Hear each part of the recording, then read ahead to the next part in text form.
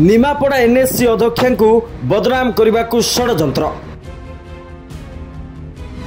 मिलुनी सहयोग होई पारुनी उन्नति विकास रे बाधा देवा को उपनगरपाल को अस्त्र कर समीर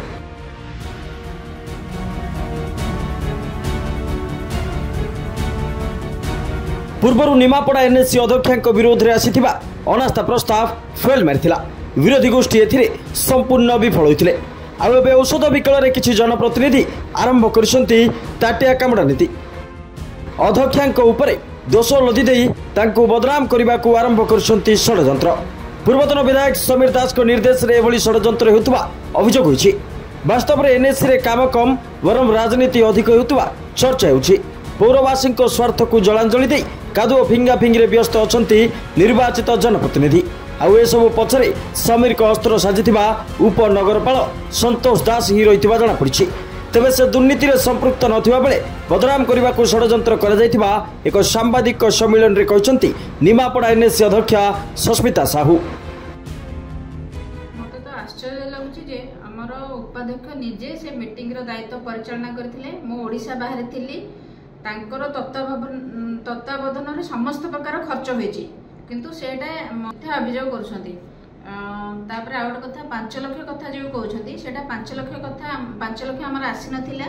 सेटा हमर गोटे गवर्नमेंट रो गाइडलाइन आसीथिला तमे दशहरा हो दुर्गा पूजा हो एमती भसाणी पई कि तमे 5 लाख पर्यंत बजेट खर्च करि परिबो जोटा कि अति कम बजेट रे सेटा हम 2 लाख भीतर खर्च होइछि। आ तार मध हिसाब हमर एग्जीक्यूटिव ऑफिसर को पाखरे अछि।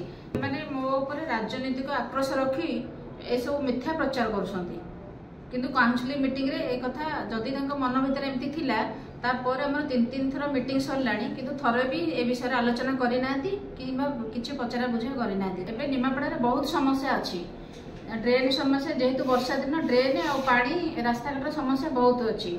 से माने कोनोसी काम रे सहयोग न करी तांकर गोटे विरोध मनोभाव एबे चलीछि। मु हमर मान्यवर उपमुख्यमंत्री को अनुरोध रखुछि निमापड़ा रे हस्तक्षेप करी निमापड़ा एनएससी रे हस्तक्षेप करी साहाय्य कले हमर निमापड़ा आगो आगो डेवलप हबो डेवलपमेंट काम हबो आ जनसाधारण मध्ये तार सुविधा सुयोग पाई परिबे।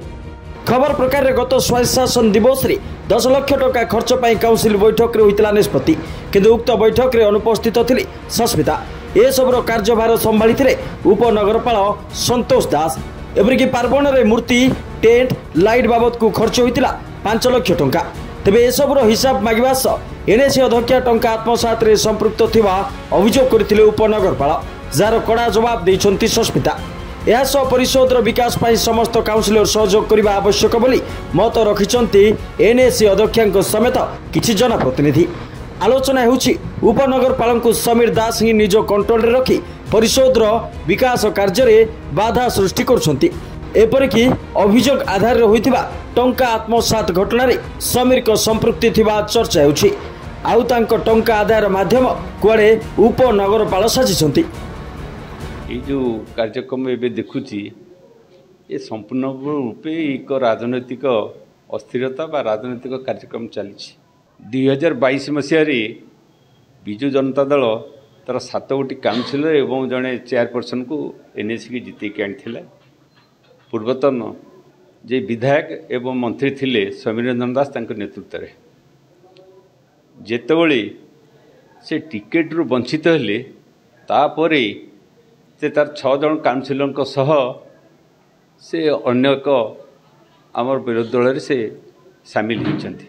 तेणु ये अस्थिरता जेते थर निमापड़ा एनएससी 2 वर्ष धरी जेते बैठक होती काउंसिल बैठक होती स्पेशल बैठक होती निमापड़ा एनएससी उन्नतिमूलक कार्यक्रम होती नेतृत्व में सबुबले से उपस्थित अच्छा बिना उपस्थित ये कार्यक्रम किसी है।